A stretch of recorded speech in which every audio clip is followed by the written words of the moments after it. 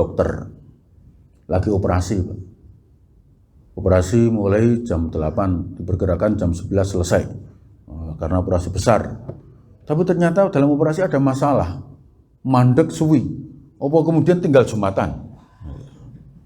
Bu, mohon maaf, keluarga saya muslim taat, saya harus Jumatan. Dok, nanti gimana dok? Yos, nak mari mati. Ya enggak bisa begitu, Pak.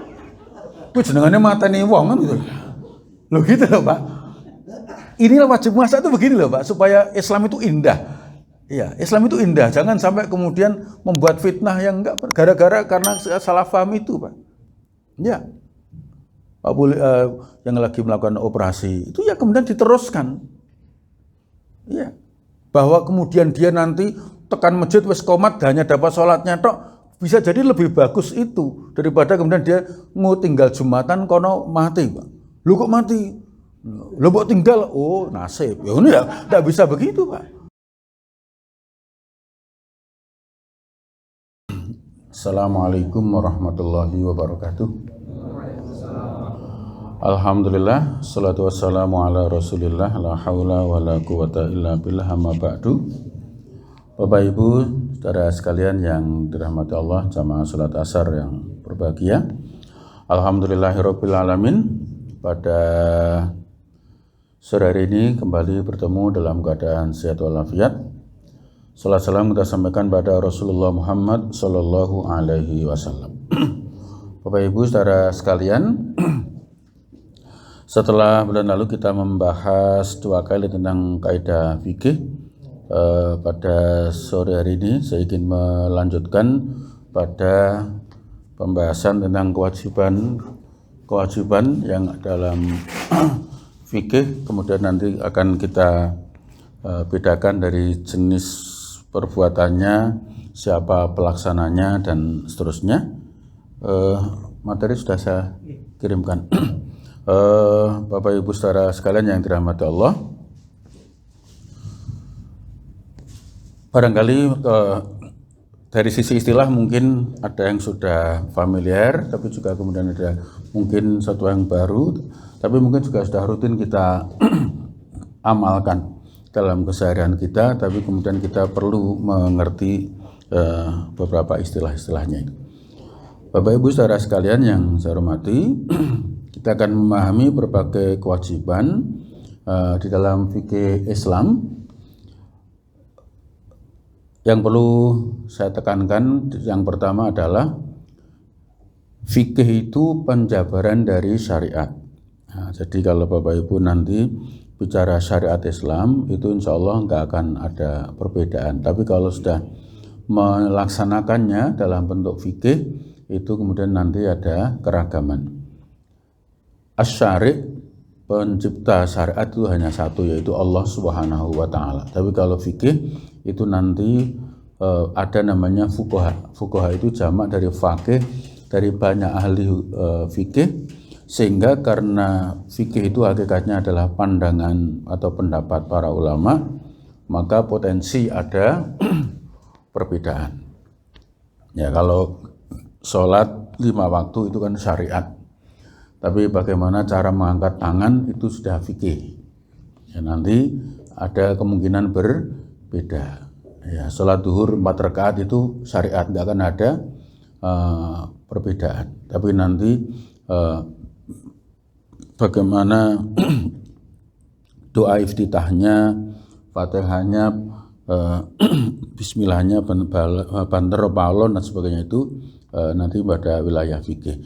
Fikih itu tidak harus selalu berbeda, tapi ada potensi berbeda.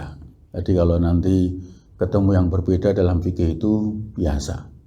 Apalagi kalau nanti fikih itu kan lebih kepada pandangan, pendapat. Nah, kalau sampai pendapatnya bergantung pendapatan, nah itu nanti bisa lebih runyam lagi. Maka nanti dalam fikih itu ada batasan-batasan sehingga orang kemudian nggak akan bisa seenaknya, ya kan? Kalau secara umum kan pendapat bergantung di posisi mana, ya, pendapatnya bergantung di posisi seperti apa. Nah, kalau fikih nanti akan dibatasi dengan kaidah-kaidah. Nah, Bapak sekalian, kita mulai slide berikutnya. Kewajiban dalam syariat atau fikih Islam itu ada yang namanya wajib ain, ada wajib kifayah dari sisi kewajiban individu dan kolektif dalam mengamalkannya. Saya kira yang ini insya Allah semuanya sudah familiar. Wajib ain atau fardu ain itu kewajiban yang harus dilakukan oleh setiap individu, tidak bisa diwakilkan.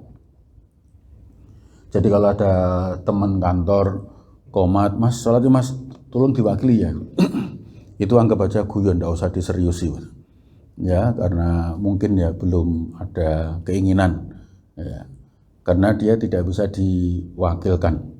Puasa, sholat, satu-satunya ibadah yang kemudian kewajiban yang bisa diwakilkan adalah haji, yang kemudian disebut dengan badal haji itu. Tapi kalau sholat, Bapak Ibu tidak bisa, ya mewakili sholatnya siapa, tidak bisa. Demikian juga ibadah yang lainnya. Saya puasa menggantikan puasanya siapa, begitu tidak bisa. Nah, ini setiap orang harus melakukannya masing-masing. Nah, baru kemudian ada yang namanya wajib kifayah. Kewajiban yang apabila ada sebagian Muslim yang menjalani, maka kewajiban itu menjadi gugur bagi seluruhnya. Ya, jadi wajib kifayah, kewajiban asal ada yang melakukan ya sudah. Tapi memahami sekali lagi karena ini kita fikih, jangan sampai kemudian keliru karena kifayah lalu kemudian kita nggak terlibat sama sekali. Kalau bisa wajib kifayah itu kita adalah penggugurnya, pelakunya. Jadi takziah, mensolati, ya. Kalau sudah ada yang mensolati, memang semuanya tidak berdosa. Tapi kalau kita yang menggugurkan kewajiban kifayah itu, kita yang akan mendapatkan kebaikannya. Kalau kemudian kita yang tidak melakukannya, meskipun tidak berdosa, tapi tidak mendapatkan apa-apa. Jadi mohon maaf ya, kalau takziah itu ya, kalau bisa meskipun sholat jenazah itu fardu kifayah, kita adalah orang yang melakukannya, bukan kemudian sono semua wakili apa semua. Sementara kita nggak ngapa-ngapain. Nah, itu kan kemudian kerugian.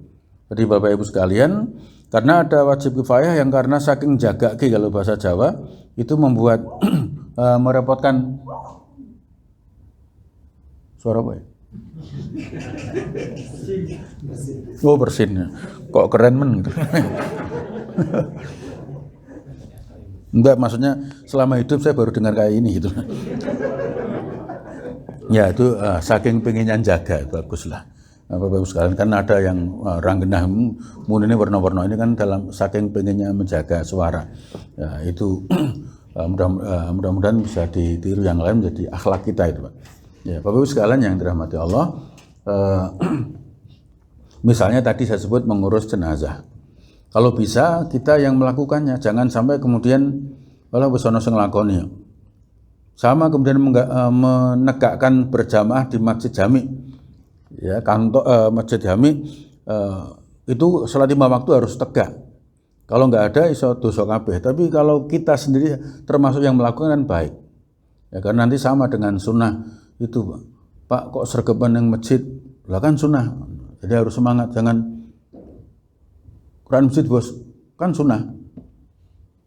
Beda loh Pak. Sama sholat jamaah begitu tuh. Jamaah bos, sunnah.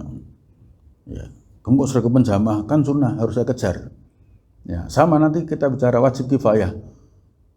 Kan sunnah semua wakili, ya semua wakili aku. Ya, sebab kalau kemudian kita hanya berdasarkan kaidah fikihnya saja, mendasarkan pada fikihnya sepanjang wis ono sing nglakoni wis gugur semuanya, ya kita nanti tidak akan mendapatkan nilai apa-apa.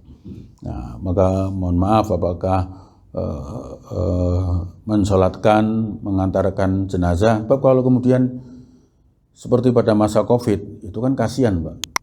Iya, orang sing ngeterke sing mikul tok kuwi, Pak. Iya, enggak ada yang menggantikan, Pak. Karena alasannya wajib kifayah. Ya, akhirnya karena dia kesel ngurusi jenazah di masa Covid, akhirnya dia yang dikubur akhirnya. Ya, karena kecapean, Bapak. Ya, karena kecapean karena kemudian orang anggap wis ono sing nglakoni. Dan itu bisa seperti itu. Dulu ada yang sebaliknya, kisah Harun al-Rasyid itu memerintahkan semua jamaah, padahal itu fardu ain, tapi kemudian orang berpikirnya berbeda. Nah, ketika besok Jumat masing-masing bawa 1 gelas madu, maka kemudian pengumuman selesai, hari Sabtu, hari Ahad belum ada yang bergerak mencari madu karena masih Jumat. Tapi begitu Senin ada yang mikir, nanti madu sak kota dikumpulkan kan banyak banget, nanti saya bawa air kan nggak kelihatan gitu. Rasa repot-repot golek madu, nanti saya bawa air 1 gelas kan campur kan nggak kelihatan. Ternyata hari Selasa yang mikir begitu tambah, Bapak. Ya. Dan pas hari Jumat pagi itu ternyata pikirannya podo. Akhirnya yang terkumpul bukan lagi madu tapi malah air. Lho kowe ngomong banyu, lho tak kira kowe madu, tak kira kowe yo. Ya, akibatnya akan begitu. Nah, sama fardu kifayah itu kalau kemudian saling jaga akan seperti itu. Maka meskipun itu kifayah, kalau bisa kita adalah orang yang melakukannya. Apakah itu takziah, apakah itu apa saja yang sifatnya kifayah, ya termasuk mengelola zakat, ya kan, termasuk misalnya meskipun makna kewajibannya berbeda dengan wajib. Ini misalnya ngelola kajian gitu kan, wis ana sing ngurusi ya. Ya. Masalah paling wis ana sing ngadzan. Kok ora mbok adzani? Lah tak kira sing ngadzan kowe ya. Nah, itu nanti akan seperti itu. Maka kemudian kita berusaha untuk yang menjadi pelakunya. Nah, Bapak sekalian, gara-gara memahami wajib kifayah itu kadang keliru, maka maaf ya, sebagian muslim itu kan tertinggal di dalam ilmu pengetahuan tertentu. Ya, mohon maaf nanti kandungan, kenapa ya nyari dokter kandungan yang muslimah terutama kangelan, ya karena kemudian nganggep kifayah wis ana sing sekolah di bidang itu. Maka semua aspek terutama untuk ilmu ya. Maka alhamdulillah Bapak Ibu yang mungkin Bapak Ibu yang alumni STAN ya misalnya, ya ada anaknya yang di STAN, ada yang di STAIN kan begitu, kira-kira begitu. Ya, tersebar kan begitu ya. Kan KCI sidik tau Pak, STAN sama STAIN gitu ya. Nah, Sekolah Tinggi Administrasi Islam lah kira-kira ya. Nah, padahal Sekolah Tinggi Agama Islam kan STAIN ya. Nah, misalnya begitu, atau kemudian nanti ada anaknya yang kuliah di sebagian di kedokteran di mana, karena itu wajib kifayah yang harus ada menggeluti. Termasuk mohon maaf ya, kalau ada anak kita yang berminat di kepolisian, daftar Akpol, daftar saja Pak. Ya, nggak usah punya pikiran negatif. Waduh, anak Akpol nanti pindah. Kalau kita merasa ada polisi ada yang kurang bagus, ya mari kita masuk polisi. Dan kemudian gue sini wong apik-apik. Nah, gitu tuh. Kalau ada merasa sekolah ini kok ada yang tidak bagus, ya masuk itu. Karena semakin banyak orang yang bagus, ya nanti akan dihiasi dengan kebaikan-kebaikan. Ya. Karena masyarakat kan seringnya kalau bahasa Jawa itu gebiahuyah. Ya. Ada satu polisi yang tidak baik, akhirnya kepolisian dianggap tidak baik semuanya. Padahal di semua institusi ya tetap ada yang baik, ada yang tidak. Ya kita pernah lah, teman-teman pajak ya pernah ngalami ya kan, gara-gara ada gayus kan begitu kan dulu, Dewi rada melu rekoso gitu ya. Sampai numpak bis rawani medun ning ngarepan kantor gitu. Ya selalu dimanapun, maka kemudian kita nggak usah risau Pak. Ya nanti pesantren ada yang satu maaf jadi teroris, terus anaknya ora entuk neng pondok, itu ya keliru tuh Pak. Atau lihat video pondok pesantren ada yang santri-santri kon dadi suruh ngangkuti pasir terus anakku, waduh, tidak semua begitu. Di semua institusi itu ada yang baik, ada yang kurang baik, itu di mana-mana ada. Maka Bapak Ibu ya yang kemudian di pajak ya tetap tegar dengan tempat kantornya pajaknya, yang di UIN ya tetap tegar dengan UIN-nya. Karena di setiap tempat ya mesti ada 1-2 yang kurang baik. Nah, tapi kemudian jangan sampai membuat kifayah itu hilang. Akhirnya diambil oleh orang lain semua. Ya kan? Bahkan maaf menjadi politisi, Pak. Ya, itu dalam rangka mengambil kewajiban kifayah. Jumune wah politisi iki seapi-api politisi ya angger mlebu ya remuk ya. Ya ndak lah. ya kita masih ketemu lah orang-orang yang baik Bapak Ibu, yang kemudian nggak mau begini, nggak mau begitu. Dan kalau itu semakin banyak kan semakin bagus, Pak. Ya, politik itu kotor. Nah, kadang itu tuh, nggak usah masuk ke sana, nanti ikut kotor. Loh kalau ngerti politik kotor, ya mari kita bersih-bersih. Kalau politik kotor terus dimasuki wong kotor, ya tambah kotor meneh gitu. Nah gitu aja, karena apa? Tidak hanya di partai politik ada orang kotornya, di manapun ada. Nah, kewajiban kifayah kita adalah Bapak Ibu, ya di semua aspek kemudian kalau bisa masuk. Jadi kalau bisa ya anak-anak muslim itu meskipun bapaknya yang pajak ya, anaknya ada yang di tentara, ada yang di polisi, ada yang di kedokteran, ya macam-macam. Kalau itu terpenuhi, kifayah kita terpenuhi. Loh kadang-kadang mencari satu bidang aja nggak ketemu. Ya, mohon maaf ya, saya nggak sebut tempat, tapi ada sekolah butuh guru ini. Itu dari kader dari ormas itu nggak ketemu, ketemunya orang lain. Ya. Kenapa? Karena kewajiban kifayahnya nggak dilakukan. Ya, akibatnya materinya ini disampaikan oleh orang lain. Ya.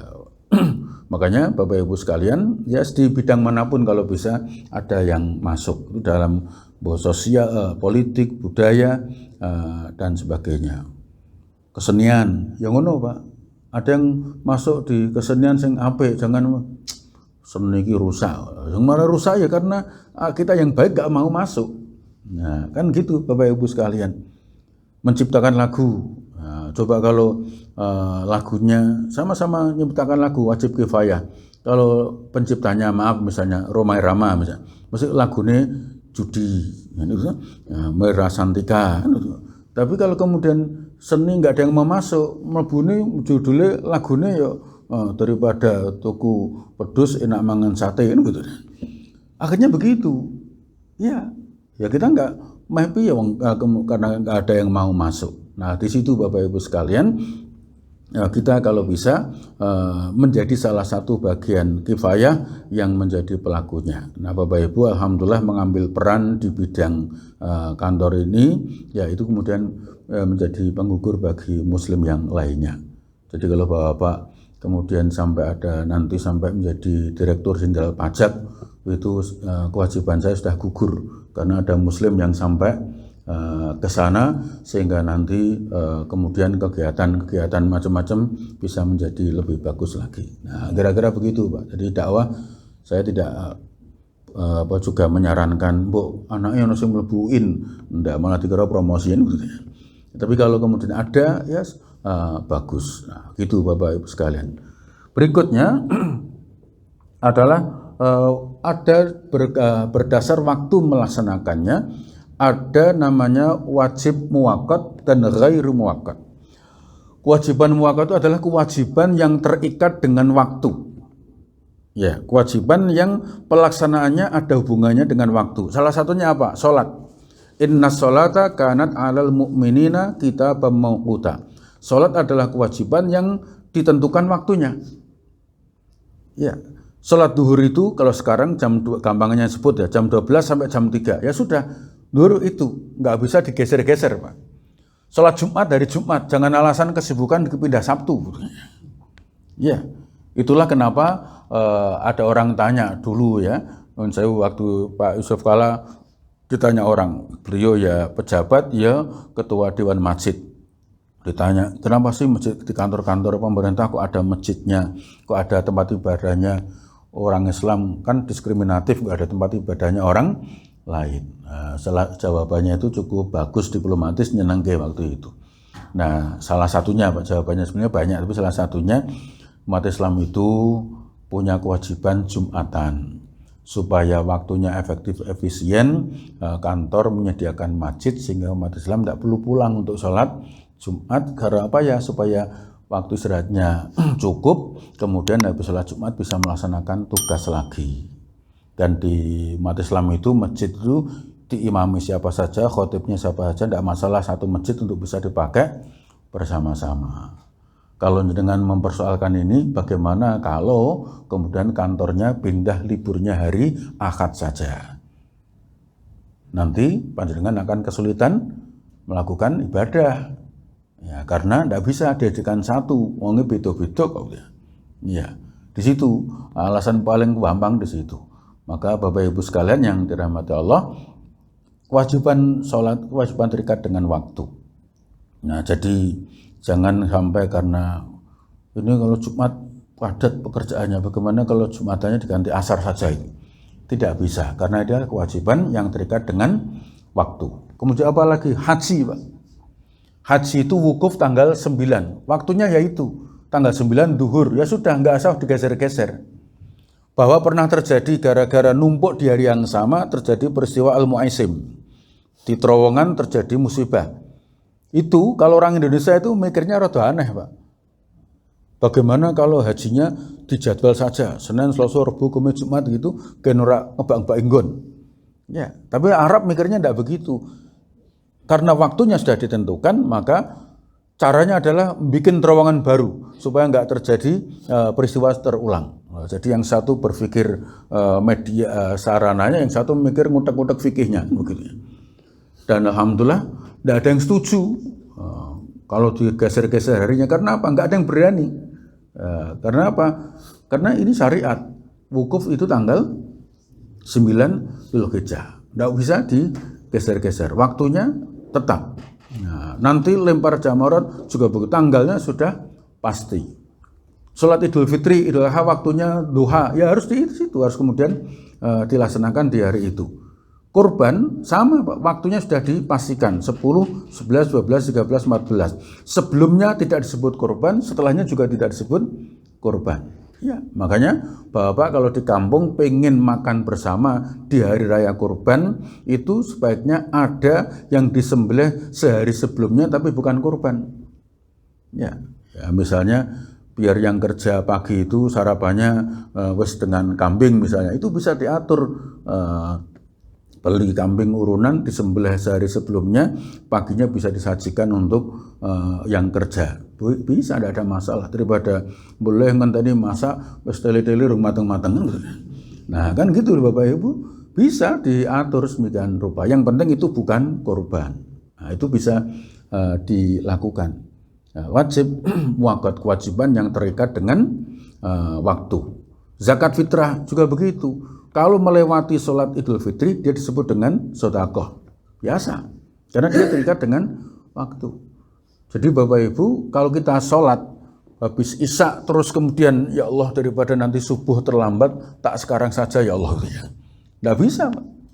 Ditakoni kancane lho Mas, dengerin bar isya badiah, ora badiah Mas ki subuh sisane Mas. Daripada sesuk kawanan Mas saiki wae. Tidak bisa karena dia belum masuk waktunya. Iya. Maka hukum asalnya nanti ada di paling belakang ada azimah, ada rukhsah. Hukum asalnya sholat tidak boleh dikerjakan sebelum masuk waktunya. Hakikatnya juga tidak boleh dikerjakan kalau sudah habis waktunya. Supaya orang itu punya perhatian terhadap waktu. Ya. Supaya orang kemudian memperhatikan zakat fitrah itu harus ditunaikan sebelumnya. Ya, supaya apa? Kalau itu nanti hikmahnya kan banyak. Supaya kemudian sebelum bersenang-senang bergembira di hari raya harus menggembirakan orang lain. Hari itu jangan ada orang yang tidak bahagia. Maka kewajiban orang mampu membahagiakan orang miskin sebelum sholat.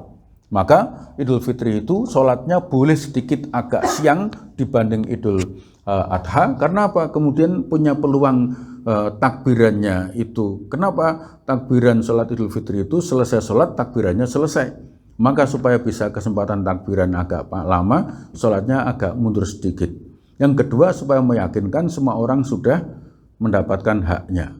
Keluarkan zakatnya, tunaikan dengan bagus, baru kemudian sholat, setelah itu baru senang-senang. Nah, demikian Bapak Ibu, kewajiban yang terikat dengan waktu. Puasa Ramadan. Waduh, Ramadan tahun ini kok panas ya, bagaimana kalau puasanya digeser bulan depan saja? Tidak bisa. Mulainya subuh sampai maghrib, itu nggak bisa digeser duha sampai isya, Pak. Mas, biar sama-sama nyaman, saya kalau sahur tuh nggak males banget. Bagaimana saya ganti sarapan, nanti bukone barisa. Jamnya sama persis, 13,5 jam atau 14 jam, nggak apa-apa, nggak bisa. Karena ini wajib muwaqqat, kewajiban yang terikat dengan waktu. Jadi betapa kemudian waktu ini menjadi diperhatikan. Hanya kemudian agak naik 2 atau 3 slide Mas supaya nyambung. Nah, dalam wajib muwaqqat itu nanti di bawah, nanti balik lagi tidak apa-apa, ada yang namanya terus satu lagi, terus. Nah, lagi satu lagi, nanti balik. Nah, karena wajib muwaqqat itu terbagi menjadi 2. Ada wajib muwassa', ada wajib mudayyak. Wajib muwassa' itu adalah kewajiban yang waktu melaksanakannya lebih sempit daripada waktu yang disediakan. Atau sebaliknya, waktu yang disediakan lebih lama daripada waktu yang dibutuhkan untuk mengerjakannya. Itu namanya muwassa'. Sholat duhur itu jam 12 sampai jam 3. 3 jam waktu yang disediakan, tapi yang dibutuhkan paling 5 sampai 10 menit. Dikerjakan di bagian mana saja boleh, Pak.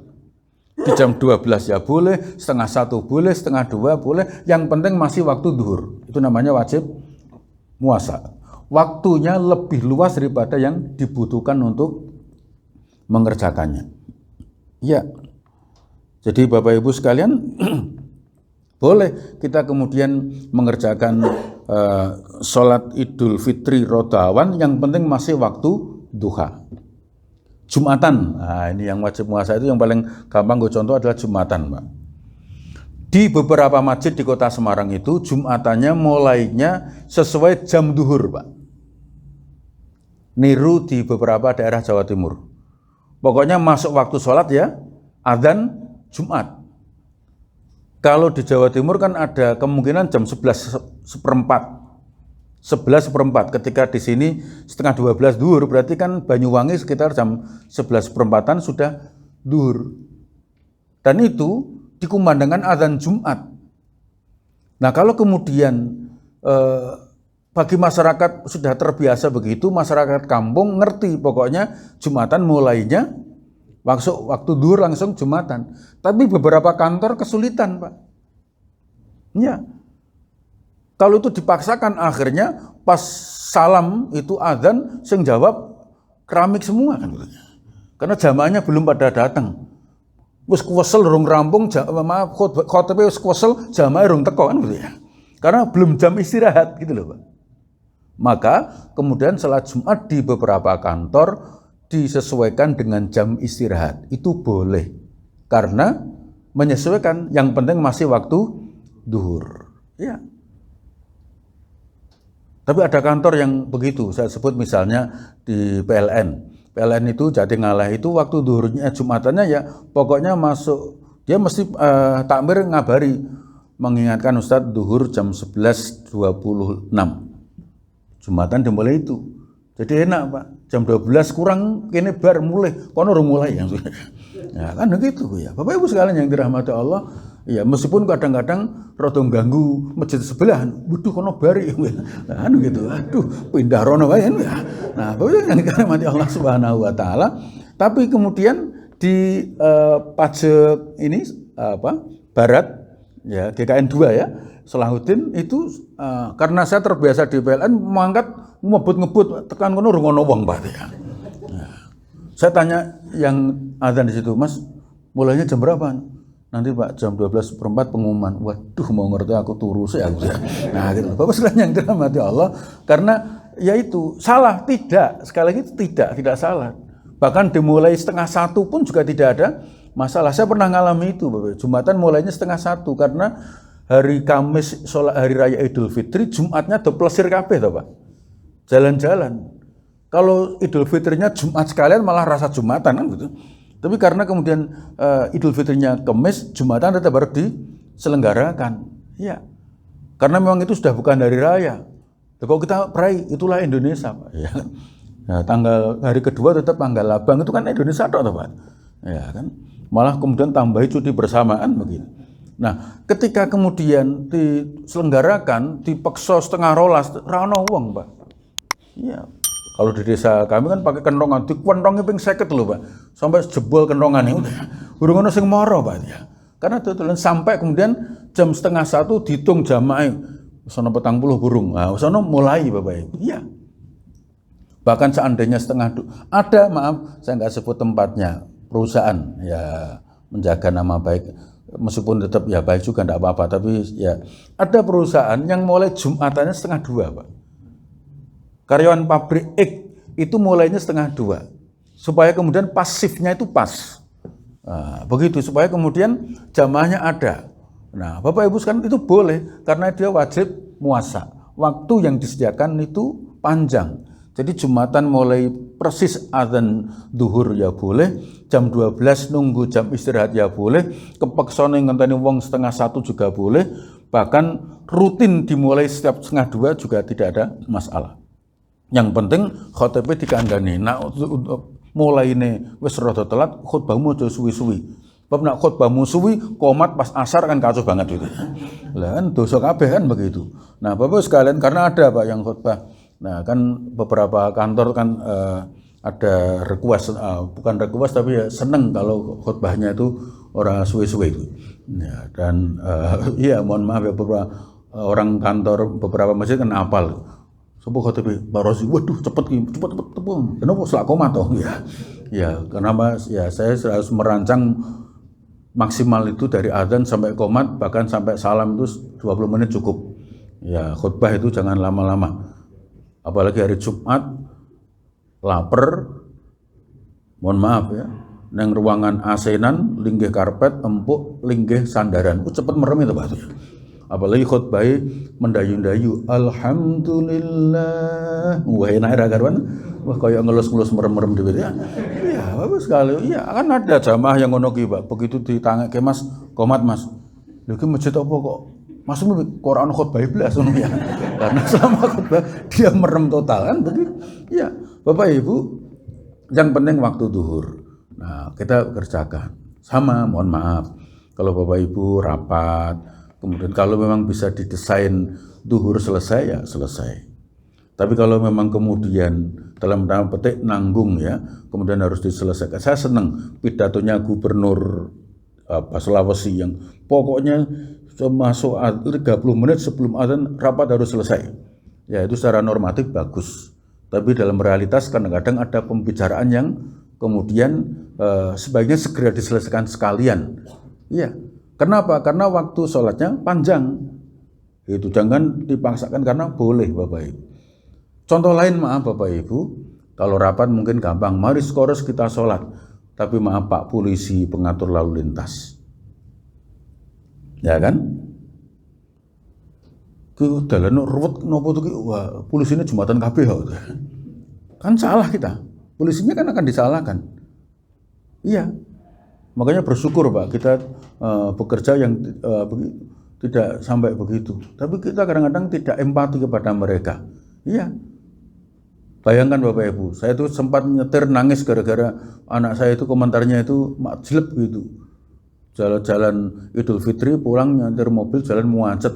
Kemudian macet panjang, anak saya lihat Pak polisi ngatur kayak gitu, anak saya komentarnya itu ya cahsili tapi karena santai aja komentar, ya Allah. Kasihan anaknya Pak polisi ya Bahun. Lah nopo? Ya enggak kumpul dengan bapaknya, malah bapaknya di jalan. Enggak kayak kita kumpul bareng. Itu madeg kok ya Allah. Kadang-kadang anak kecil empatinya tinggi, sing tuwa malah bener nyalahke tok ya. Ya kan begitu loh Bapak Ibu. Ya. Polisi yang harus ngatur. Mohon maaf, penjaga ini instalasi listrik suplai Jawa Bali.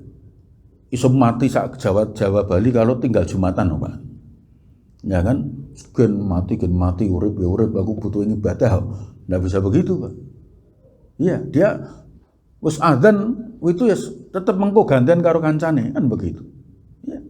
Itu dokter lagi operasi Pak. Operasi mulai jam 8, diperkirakan jam 11 selesai. Karena operasi besar. Tapi ternyata dalam operasi ada masalah. Mandek suwi, apa kemudian tinggal Jumatan. Bu, mohon maaf, keluarga saya muslim taat, saya harus Jumatan. Dok nanti gimana dok? Yos nak mati Pak.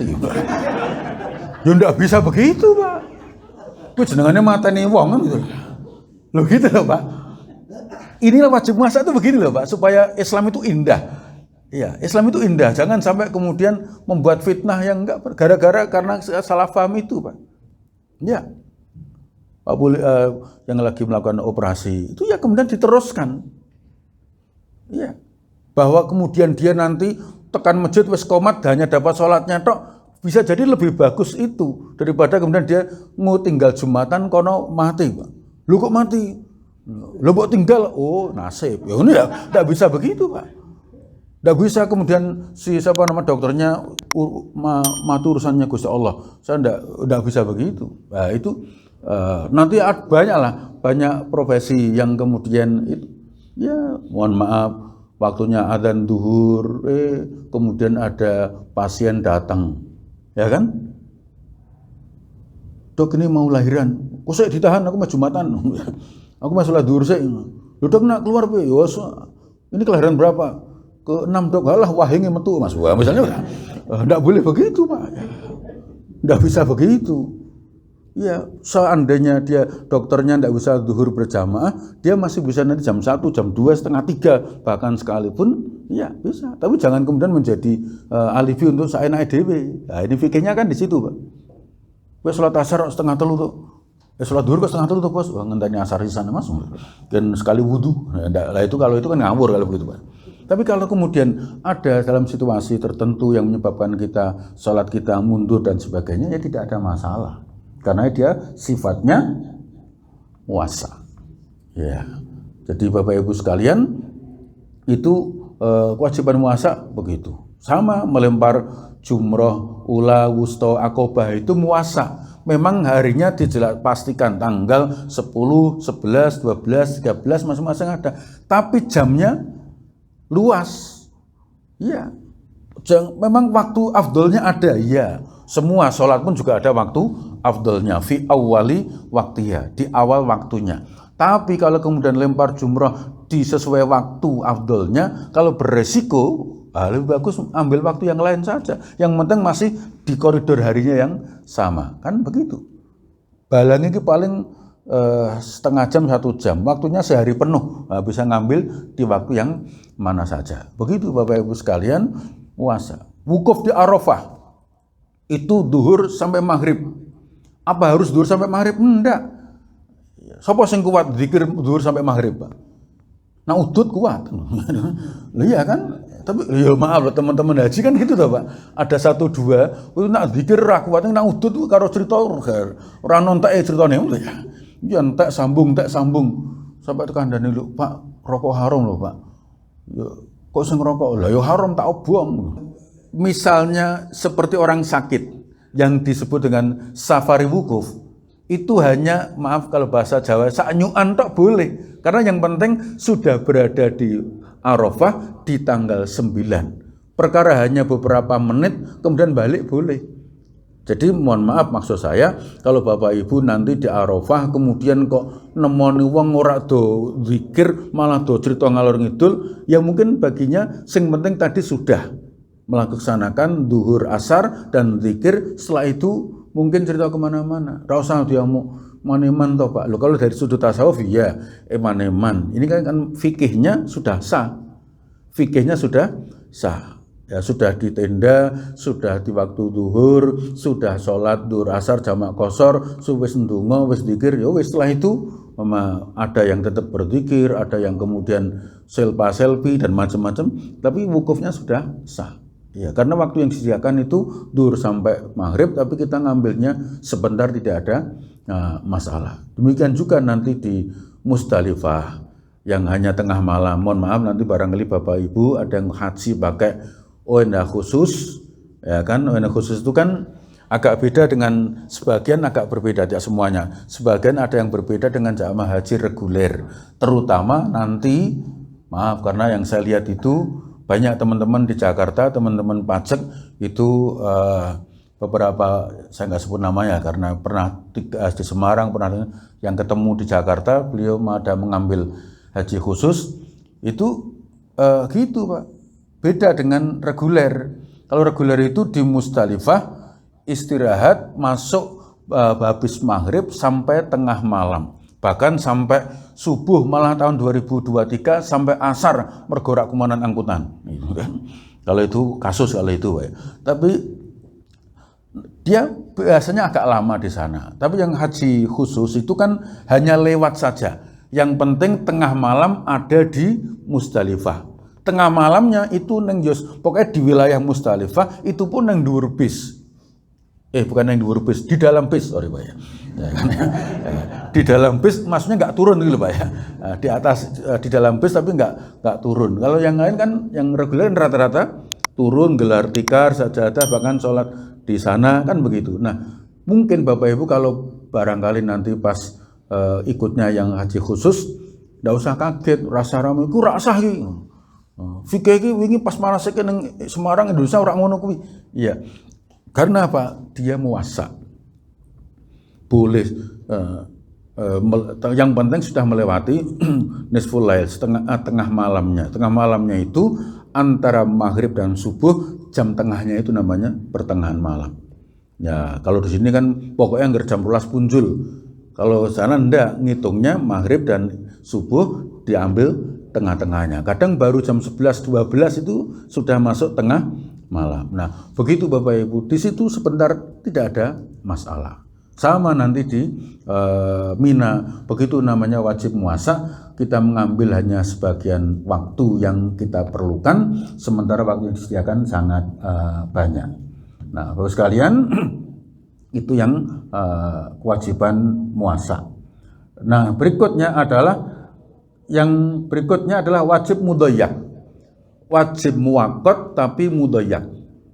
Kewajiban yang dibatasi waktu tapi waktunya pas antara untuk mengerjakannya dan waktu yang disediakan. Contohnya apa? Puasa. Puasa Ramadan itu mulainya dari subuh sampai maghrib. Waktu yang disediakan, waktu melaksanakannya juga subuh sampai maghrib. Nggak bisa geser-geser. Bedanya di situ. Mudhoyak. Jadi puasa Ramadan adalah wajib mudhoyak. Kewajiban yang sudah ditetapkan waktunya antara waktu yang mengerjakannya dan disediakannya sama persis. Nah kalau muasa, kalau sholat itu yang waktunya lebih lama daripada waktu yang dibutuhkan. Itulah kenapa kalau puasa sholat itu disebut kalau belum masuk waktunya ya belum boleh, kalau sudah ya sudah nggak boleh. Itu namanya supaya menjaga waktu dengan baik. Nah sebagian ulama memang berbeda. Ada yang berpendapat pokoknya anggar waktunya habis ya rasa sholat. Berarti gue ninggal ke sholat dosa, titik. Dan gue rasa sembrono. Tapi sebagian ulama mengatakan ya daripada orang sholat telat ya tetap dijalankan. Lalu ada istilah qadha dan sebagainya. Sama kemudian sama-sama dalam perhatian waktu. Kenapa yang pertama berkata begitu? Karena wong 3 jam kok keisa rakumanan waktu kan kebangetan. Butuhmu 5 menit. Lah kok sampai dari 3 jam ora iso ngambil salah 5 menit dari itu wis rasa sisan. Kan begitu. Nah, maka Bapak Ibu sekalian ini bergantung kemudian kita mengambilnya dengan sudut pandang apa. Untuk diri kita, saya pribadi misalnya, saya lebih suka yang pertama supaya saya menjaga waktu dengan baik.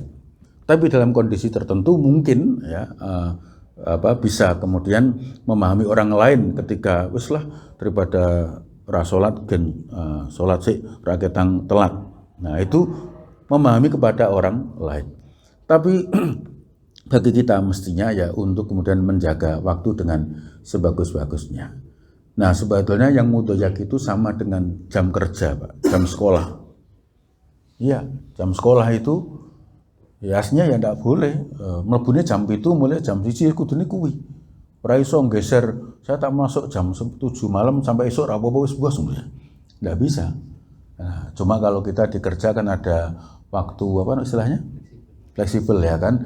Masuknya rada telat sithik, nanti pulangnya mundur sithik, itu bisa. Tapi kalau puasa ora iso, Pak. Sahur jam 6 bos, ya tanggung bukanya mundur-mundur sithik ra lah. Nah, enggak bisa kan begitu karena dia waktunya sama. Nah, di situ Bapak Ibu sekalian ketika kita menjalankan kewajiban yang berdasar waktu. Nah, kalau kemudian tadi puasa ini kurban itu termasuk yang muasa. Waktunya iso tanggal 10, 11, 12, 13, yang penting masih di tanggal itu. Kemudian sholat Idul Fitri, maaf barangkali nanti ada rezeki kemudian liburan ke Amerika. Kemudian pas tekan kono pas bodo, itu mungkin pernah ngalami dapat undangan sholat Idul Fitri yang jam 9. Karena jumlah jamaahnya ribuan, masjid dan lapangan nggak mampu menampung. Akhirnya kalau bahasa di sini MUI-nya Amerika membuat fatwa sholat Idul Fitri 2 gelombang supaya tidak menimbulkan fitnah, memacetkan jalan sehingga orang nanti akan menuduh umat Islam itu nggak gini. Maka diatur Anda sholat idnya yang 6:30 sampai 7:30, yang gelombang kedua sambil dibersihkan nanti gelombang kedua jam 9. Kenapa? Masih waktu duha. Nah, begitu. Kalau kita ngerti akan nyaman. Tapi karena kita belajar fikih juga harus diiringi tasawuf, mohon maaf Pak. Ya, karena orang yang nggak ngertinya fikih, sholat duhur mesti jam 2, 2:30. Sholat yang duhur ya ini tuh bos, lo kan puasa, ya. Kan waktunya masih ada. Kan ada orang-orang yang gampang kayak begitu jadinya. Ya, Bapak Ibu sekalian, ini memahami begini ini penting, tetapi untuk kemudian harus diikuti dengan pendekatan tasawufnya supaya kemudian kita tidak terjebak pada fikih ansihnya. Contoh lain terakhir sebelum saya tutup, nanti insya Allah kita lanjutkan pertemuan berikutnya. Mas kok ngono mbok lakon itu kan makruh, kan gitu tuh. Tapi kalau kira bos makruh kok dilakoni. Itu kok sergemen kan sunnah, berarti kan sunnah loh kan itu. Nah kalau pendekatannya begini insya Allah akan pemahaman kita akan membantu menyemangati beribadah, bukan kemudian gampang ke ibadah. Saya kira ini dulu Bapak Ibu sekalian, sudah jam 4 lebih, mohon maaf, terima kasih. Assalamualaikum warahmatullahi wabarakatuh.